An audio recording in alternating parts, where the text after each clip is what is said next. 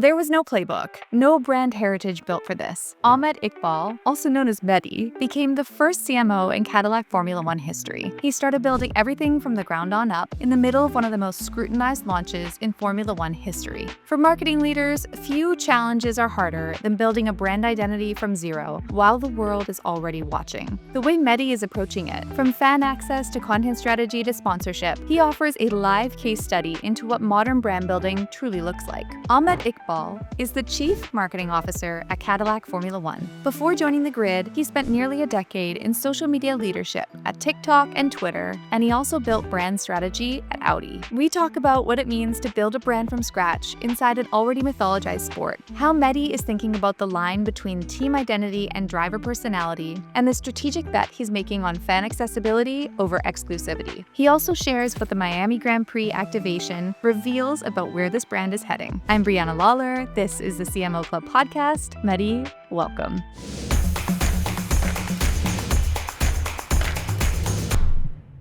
I'd love to hear your specific insights on who you are, the company you work with, and what your role is. Absolutely. So, Chief Marketing Officer for the Cadillac Formula One team. I've been in the role for about 7 months.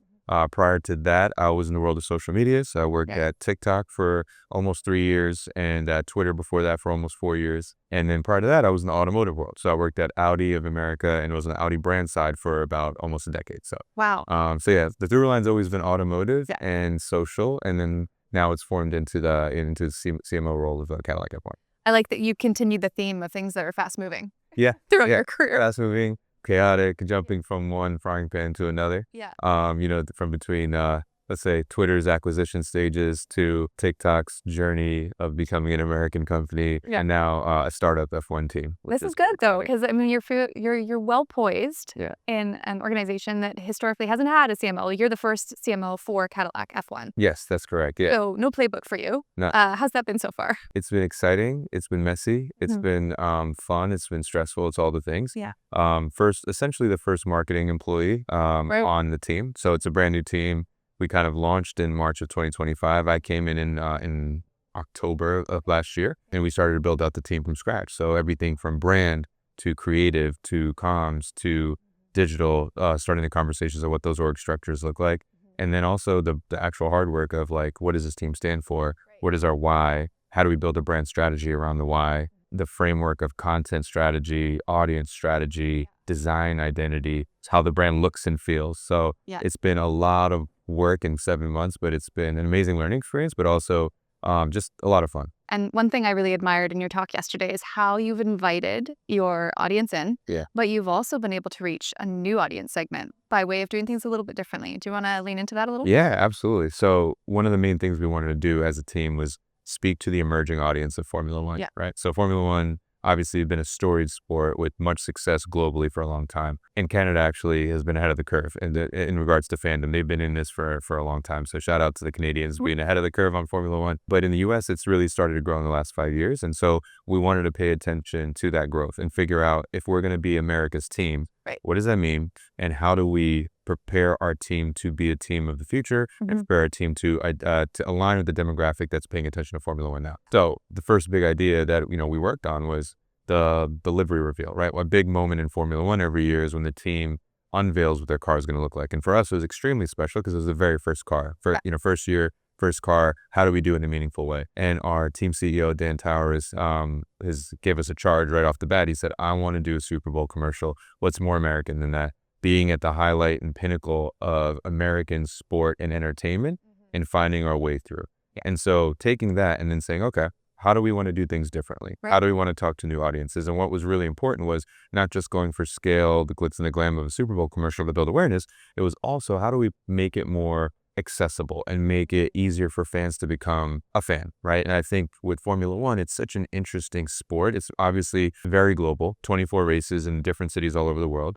Extremely expensive. The tickets are really, really expensive and hard to get at some places. And so it creates sometimes a barrier for a fan to be able to experience the actual race or the product in real life. So you have to think about, as a marketer, how do you create moments where fans can engage with the product, can engage with the brand, can feel connected if they don't have access to a race or they don't have access to, a headquarters or something like that. And so we started to think about that. And for the Livery reveal, we wanted to make the most approachable and accessible way, but keeping in a level of elevated luxury. At the end of the day, we are, part of the Cadillac brand. So we wanted to make sure it was elevated. So what we decided to do was create an experience in the middle of Times Square in New York City, right? One of the most global cities in the world. So you have the opportunity to let everyone kind of see it. We put it in Times Square because it's the most democratic place in New York to get to, because every train goes there and everyone get a chance to go there. So on Super Bowl Sunday night, we did a show there and revealed it and allowed everyone to kind of check it out. And I think that is an example of how we were trying to think about how do we start to open the doors to net new fans? Because most teams, when they do Livery reveals, they do them in a studio, they shoot the content in a studio, they do it in a room with a bunch of press. It's an invite-only type of event. And what we did is we took it all the way outside and said, come on, come all. And the priority were the fans as opposed to, let's say, the insular crowd. How did that land? Landed really well. I mean, honestly, the F1 press was excited about it because they were excited to see something new and different and change. The F1 fans were excited to see something new. And then the net new fans, I think, people that were curious or just getting into the sport, it was a bit of a spectacle, and it also felt like something more tangible and relatable, right? Totally. So it worked out really well. From a metric standpoint, we had over 1.1 billion impressions on our Livery reveal, which from our metrics and analysis was the #1 Livery reveal of the year. So it was really, really excited to, to have that moment with the team, and all the hard work that put in it panned out really well. Yeah, I'm glad to hear that. And I think it takes a certain skill to retain an existing audience, reach a new audience, and serve both at the same time. And as a marketing officer who's been in your seat for less than a year, how are you doing this with such skill and also humility? There's two big audience groups that we're thinking about, right? And I think a lot of Formula One teams are thinking about it the same way, but it's the core fan, right? That's been behind Formula One and got the sport to where it is today. Thinking about and understanding, what do they care about? Yeah. What do they want from experiences, from content, from brand partnerships, from our sponsors, all those things. And then it's understanding the other side of the coin, which is people that are just getting curious, that may have watched Drive to Survive or watched the F1 movie, or their friends are all watching it and or into Formula One, and they yet haven't really took a step in. How do we start to make it more approachable for them, right? And what are the types of content that those people want? Yeah. What are the places that we need to show up there? And so we've had these parallel path strategies, knowing that we need to come in with a level of humility and make sure we pay homage to all the folks that have, and the fans that have brought the sport to where it is today, and do our job of making sure we get enough content out on race weekend, right? Because the appetite for content for core F1 fans is aggressive, and it's great, right? They will, the high velocity of content. So we realized early days, like, you got to do at least 200 pieces of content in a race week just to keep up with the low end of content. That's a lot for a startup team that's still building a marketing engine and a content team. It's huge. Yeah. And so then when we jump into the other fans, it's like, okay, well, why haven't you engaged with Formula One yet, right? Are we not showing up in places where you are? Are we not integrating into other components of your fandom, whether it's in other sports or whether it's in fashion or whether it's in food? Where else can we show up to help pull you in? And so we designed a strategy to do both, right? Making sure we do content for the new fan, content for the existing fan. An example of that, we have 2 series that are live right now. We just launched one. It's called Cruise Control with Terry Crews, right? Who doesn't love Terry Crews? And he is, as he calls it, an aspirational expert. Love that term. Yeah. And so he's already decided he's a mega fan, and he's learning the sport, and he's been with us for some time, and he's documenting his journey. So he's really representing the voice of the new fan, the perspective of the new fan, and he's helping the new fan have a pretty much a seat right over the shoulder of the team as we're developing the whole program. So we have that running on YouTube. At the same time, we're partnering with General Motors to make a content series called What Makes Fast. And this is really exciting because for all the core F1 fans that really get into the science of the sport, this is the documented journey of the General Motors engineers putting together our first race engine that we're preparing for by the end of the decade, right? Yeah. And so that right there gives you a line of sight into a type of content that you don't often see in Formula One, and an engine being built from scratch from a manufacturer that just started. So it's a really new perspective, but it's really for that core fan. So those are 2 examples of how we're trying to balance our content output. And longer term thinking, the goal is trying to create more content, right? It's as much as we can create, but database decision making, right? Like, what are the fans asking for? What do they pay attention to? What is working? What's not working? And find ways to find all the different pockets to serve the fans what they want and where they need it. It's a lot. Like just the number of content's a lot, the need to put more out, but also I imagine you're using AI to help you understand, synthesize some of these patterns, some of these observations in how you're designing your next release. As far as what you're hoping to accomplish, are there any kind of points of friction that you're coming up against that has surprised you based on the data that you're getting? Like you mentioned yesterday, we're watching what people are watching. Yeah. We're seeing where they drop off. Yeah. And then we're making decisions based on more of this, less of that. Yeah. Anything that's surprising you based on what you're seeing so far? Yeah, I think the friction points early days were getting the content engine up to the velocity that we needed, right? Right. So, coming in, understanding, okay, in a race weekend, we got to get 200 to 300 pieces of content out a week. How do we do that with the amount of limitation that we have in the paddock, in the space, right? Because when you're thinking about the amount of room that you have and the people that you can get in to record content, it's not as simple as bring as many cameras and photographers as you can. Number one, I don't have the team. Number two, the paddock is such a small and tight space, and you need to know how to move within that space, right? And it's a live workplace, right? So it's very unique that there's not a lot of sports where you're in the product while it's happening, creating content. No kidding. Right? And so it's like you're in the garage, people are working on the car, the drivers are getting ready to get out there, and it's a high-paced environment. They're building parts in the garage, in a fabricator, like a 3D printer, while they're running those parts to the car. And in the meantime, you got people taking tours, you got content being shot. And so there's a lot, it's almost like a ballet of how everyone works together to make sure they're in the right spot to capture it. So for me, not being from Formula One, understanding how the dynamics in the garage work, making sure we have, the right people in the garage to get the right amount of content, then setting up the process on editing it quickly so we get it out to market and into platforms so that fans can consume it at the right pace and speed as the other teams. That one, initially, it took us some time to kind of figure out. In a much better place now. We pumped out over 300 pieces of content for the last race, and it's a process we're learning. But the speed of which and let's say the box that you have to play in with creating content in Formula One is very unique. Yeah, no doubt. I was going to ask you too, like if you had to choose between experimenting, speed, and quality, you as CMO, what are you leaning into as a theme this year for what you're trying to show? I mean, your first year as CMO is kind of a big deal. Yeah. It's a great question. Obviously, the answer is all of them. But if I had to priority stack them between experimental, speed, and quality, we talk about this a lot. Experimenting is important, but you need to get the foundations correct, right? Because at the end of the day, there's only 11 teams on the grid. 10 have been doing it longer than us. And it's really important that we get the respect from the community of Formula One, that we are a team that's here. We're doing it right. We're paying homage to the sport and the way things have been done. So I think the quality is important, right? And so prioritizing the baseline foundations of running a marketing operation in Formula One is extremely important. So I think that really is, number one. By happenstance, speed is something that's the nature of Formula One. Whether you choose to choose it or not, it's going to happen to you, right? And I think that's something that we've all learned is we wish we had more time. We wish we could slow things down. Sure. And what I've learned, I was talking to Rob Bloom yesterday from Aston Martin, and I was like 6 years in, I guess you guys are really, ahead of the curve, planning ahead. And he's like, of course we try to, but at the end of the day, Formula One, you're always just onto your next beat. And there's that feeling of you're never really fully caught up. And it's, they call it a traveling circus. Like it's an amazing epic, spectacle of a sport, but it's constantly traveling, it's constantly moving. So that element of unpredictability and speed is always going to be there. So I don't even know if I can choose that. I think speed ends up choosing you. But innovation and let's call it experimentation is really what I love as a marketer first, because I love to test ideas, right? And I think that's how you get the breakthroughs. That's how you get ahead of the curve. And that's how you get, I think, that respect from a fan, from a new fan or old fan, is thank you for providing something new or just a different way of moving a sport forward or moving the way content works forward.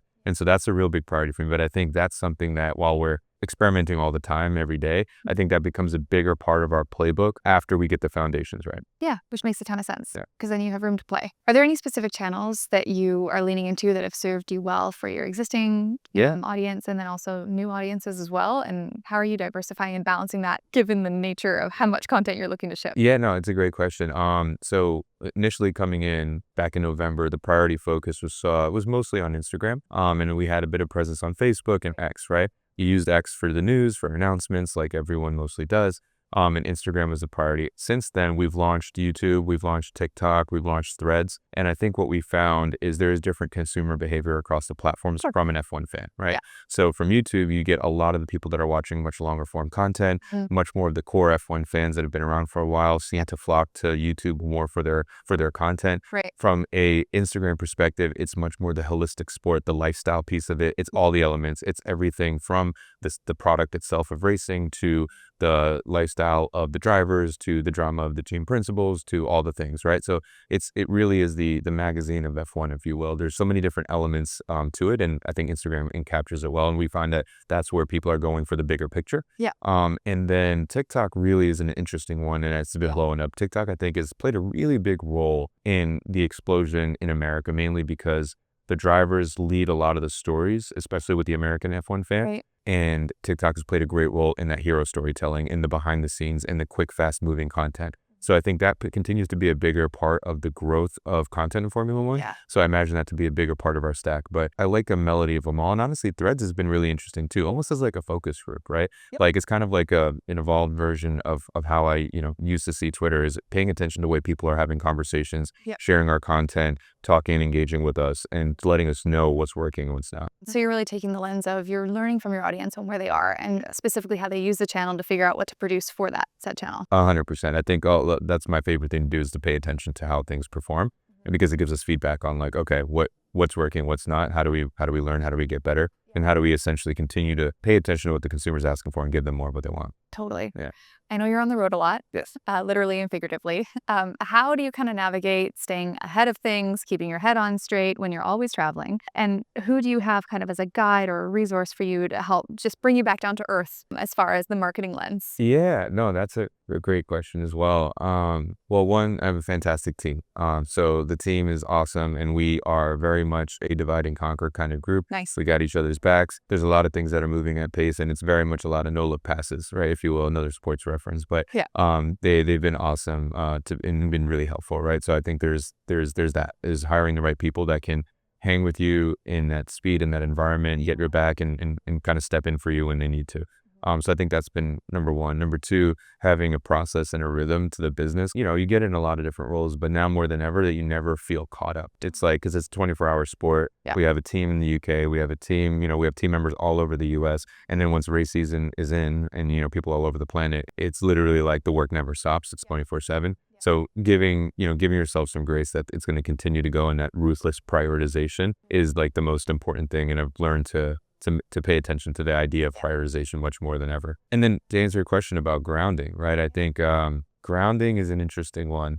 I don't think I've nailed that one yet. As everyone said, I think taking the time, for me personally, just to work out and make sure I have my routine, right? My ceremony of like waking up and doing a couple things that I always do, no matter what city I'm in, what time zone I'm in, always helps ground me in like, okay, this is how my day should start. And then I can get in the flow of things. I think that's really important. And then when I do get some free time, trying to get a chance to tap in with the environment. If I can get to a place that's like a local spot, like a Cactus Club Cafe or something, to go check out what the vibe is here, that actually grounds me a lot, because it gives me a little inspiration of like understanding what a local market looks and feels like, right? And so especially we're on the road for races, it's like understanding what the local market feels like is so important, because then it's nice to decompress and just to experience the environment you're in, but it also serves as an insight for, okay, when I'm back here next time, what can we do as a brand? How can we engage with something that's already has some local presence here? That's really savvy. You have that line of sight on what they're going to connect with. And also, it's good for you to step outside of your own role and your own team and see what's working elsewhere. Yeah. Do you also look to your competitors for inspiration, or do you connect with them? Like, what's kind of the rapport between you and some of the other one team? I mean, I'm a student of marketing and the work, right? So I'm always going to be paying attention to the field. Right. I've seen some really cool stuff from other teams, and I've seen some stuff that I feel like I can learn from. So, I mean,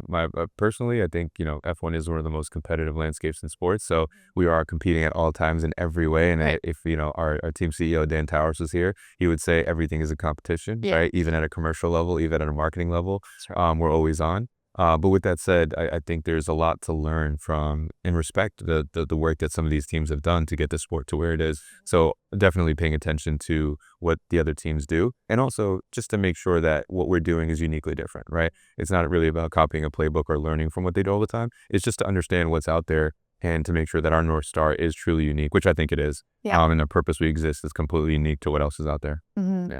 I was chatting with Brooke Stites earlier, and she played a significant hand in Kimi Antonelli's feature film. And I'd love to kind of pick your brain a little bit on if that's something that you might consider for Cadillac Formula One. And if that type of idea, that creative output, has merit for your audience, or if it might look a little bit different. Yeah, you mean a feature film? Help me with that. A feature film. You like this doing a feature film on the driver or a feature film on the team. Exactly. Yeah. Letting people have a peek under the hood. Oh, yeah. So we actually have a documentary coming out later this year. So we talked about it a little bit last year. Still filling out the rollout plan for it, but we have a behind the scenes documentary that's coming, which will be the story of how Cadillac F1 came to be. And I think it'll be really exciting for fans to get a peek behind the curtain. But my take is, when we first got here, we looked around and we were like, God, there's so many documentaries and projects happening. Sure. And then very quickly it was like, we actually don't have enough, because it's very rare that an F1 team starts from scratch, right? It hasn't been one in a decade. Yeah. And so we want to make sure we document it, not just from every angle, but for different audiences with different vantage points. And so I would say there's going to be a lot more content coming. And as the team matures and our team builds out and we start to get into a rhythm, you're going to see even more content. And yes, definitely want to go into the let's call it long form content. Yeah, that makes a ton of sense. And it's also like an interesting parallel for marketing leaders everywhere, that you need to recognize what your audience is asking for. Be ready to serve it up. Maybe let a few things fall by the wayside if this is serving you well, but pay attention to what they're asking for and what they're actually engaging with. And it seems like you're doing that really, really well. Thank you. And it's yielding fabulous results. Thank you. If you were to imagine where you might be a year from now, Yeah. as a result of directly the efforts that you're putting into place, the processes you're establishing with your team, some of the ideas you're generating, where do you hope to be? I would hope in a year from now, let's say we're back here at Web Summit in Vancouver. I would have liked to see over the past year the fan base grown, the semblings, or let's say the senses of a community starting to form within the fandom, where they feel connected to each other and they feel a sense of pride of being a fan of the team. And we deliver that through content, but also through experience. So when we do something, they come together, and some teams have it, some don't, right? In other sports where that you're a part of a community, you talk about the team as a we. Right? Like, I'd love to get to that point and start to build that type of relationship with the fans. So that's number one. Number two is planting the flag effectively that we are America's, new team, and that, we represent over 100+ years of American automotive heritage and innovation in motorsport with Cadillac. And that message reigns really clearly across the field of motorsport. Right. And then also that we've captured the essence of what it means to be a builder and a dreamer, right? Because essentially this is a team that was built off of a dream, and this is a team that's in the current stage of building, and that we've landed the narrative that this is a team that's going to be on a journey for a long time. And we're going to be building step by step, and we want people to build with us. We want partners to build with us. We want sponsors to come in and build with us. We want our fans to come in and build with us and be on the ups and downs of this team's journey with us. So if people can, a year from now be like, hey, that's America's team, they're on a building journey, and that fan base is really cool, and I feel like we're a part of the community, I think that's all I can really ask for. I love it. And I really appreciate the shift from sort of this elitist, invite only, to accessible for anyone who's interested and keen and excited to be a fan and sees themselves in the community and also in Cadillac F1. 100%. It's pretty incredible. Yeah, I think there's always a barrier to entry to something special, and there always should be. But the barrier to entry doesn't always have to be access. It doesn't always have to be money. It doesn't always have to be a ticket price. And I think that's important for us, right? So when we did our event in Miami Grand Prix this recently, there was no ticket price, and we recreated what a paddock would feel like for the fans in Miami. And the barrier to entry was, obviously getting ahead of it, RSVPing early, engaging with the brand on socials, finding a way in, and really letting as many fans can get in as possible. And then we obviously rewarded them with having Checo there and having a great performance there and having pretty much an experience of food and drinks and race simulators, and even we had a salon set up there. So there was, and photography, there were so many things we did that we wanted the fans to experience and enjoy. So the barrier to entry will always be there. And I think it's important because we want to make sure the passion is there, the excitement, the curiosity that it's not something you just pass by and pop into. It's something that, no, I want to be here, but we make it accessible for people to really connect, especially the emerging fan base that we're seeing now in Formula One. Yeah, I see there's an intentionality on both sides. Yes, absolutely. And it's serving you really well. Yeah, absolutely. Well, congrats on a successful first 7 months. Thank you. As CMO. I appreciate it. But this has been such a pleasure to chat and get a read on how you're approaching it. It's a very fresh perspective, and I'm stoked to see where it takes you. I appreciate it. And thank you so much for having me. Thank you.